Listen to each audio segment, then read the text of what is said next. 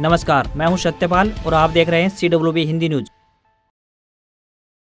मुख्यमंत्री मनोहर लाल ने कहा है कि हरियाणा में कभी भी पंचायत चुनाव हो सकते हैं। पंचायत चुनाव के लिए सरकार पहले से तैयार थी। सरकार ने एक एक्ट बनाया था जिसके जरिए पंचायत चुनाव में महिलाओं की भागीदारी 50% तक करना चाहते थे, मगर किसी ने इसके खिलाफ हाईकोर्ट में याचिका दायर कर दी। कल यानी 29 मार्च को इसकी कोर्ट में सुनवाई है। इसके बाद पंचायत चुनाव की घोषणा हो सकती है।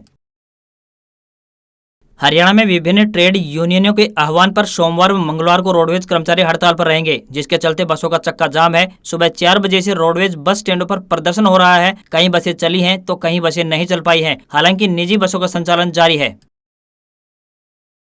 लहसुन के दामों में गिरावट से उत्पादक किसान सकते में हैं। बीते वर्ष इन दिनों 60 से 70 रुपए प्रति किलो भाव था, जबकि इस बार घटकर 30 से 35 रुपए तक आ गया है। सीजन की अभी शुरुआत है। आगामी दिनों में जोर पकड़ने पर दामों में और गिरावट की संभावना से इनकार नहीं किया जा सकता। बता दें कि गत वर्ष अच्छे भाव मिलने से इस बार रकबा बढ़कर करीब दोगुना हो गया है।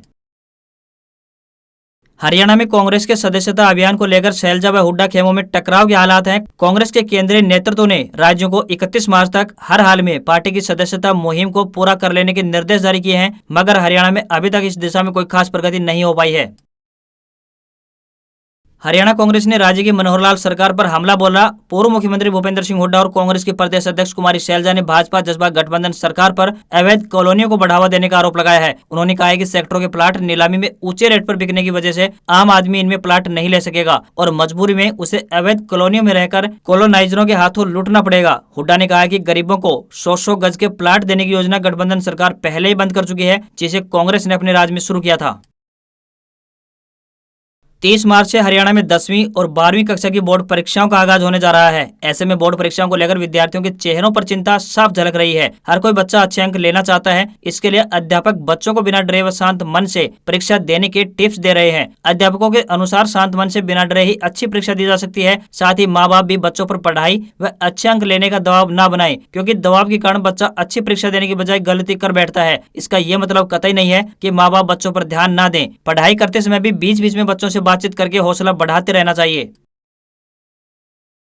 अपनी सक्रिय राजनीति के 50 साल पूरे होने पर शक्ति प्रदर्शन कर चुके पूर्व केंद्रीय मंत्री चौधरी बीरेंद्र सिंह ने जींद के उचाना में रैली कर न केवल भाजपा हाईकमान को अपनी ताकत दिखा दी, बल्कि पार्टी के कुछ असंतुष्ट नेताओं को अपने मंच पर बुलाकर हाईकमान को आंखें दिखाने का भी काम कर दिया है। जन्मदिन के बहाने अपने पुराने साथियों को एक मंच पर इकट्ठा करने में कामयाब हुए बीरेंद्र सिंह को आम आदमी पार्टी और तीसरे मोर्चे का नेतृत्व करने की पेशकश तो मिली, लेकिन दोनों हाथों में लड्डू रखते हुए चौधरी ने अभी अपने पत्ते नहीं खोले हैं। यानी फिलहाल वे भाजपा में ही बने रहने वाले हैं, लेकिन भविष्य की राजनीति के हिसाब से उनके पास आम आदमी पार्टी और तीसरे मोर्चे का नेतृत्व करने के विकल्प भी खुले हैं।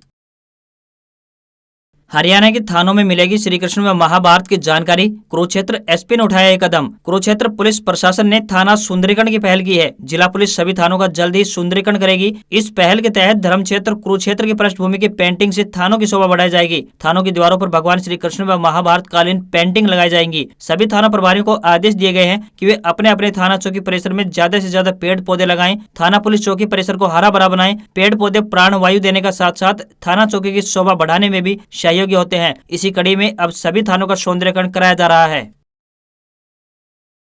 कोरोना से बच्चों को बचाने के लिए वैक्सीनेशन की मुहिम अब स्कूलों में भी पहुंच रही है। अस्पतालों और प्राथमिक स्वास्थ्य केंद्रों के बाद स्कूलों में भी वैक्सीनेशन कैंपों की शुरुआत की गई है। 1 साल से ज्यादा समय से चल रहे वैक्सीनेशन के अभियान में 15 साल से ऊपर के तमाम नागरिकों में से अधिकतर को दोनों डोज लग चुकी है। वहीं 60 साल से ऊपर के लोगों को तीसरी डोज भी लगाई जा रही है। जिनको दूसरी डोज लगे हुए 9 महीने पूरे हो चुके हैं, उन्हें तीसरी डोज लग रही है।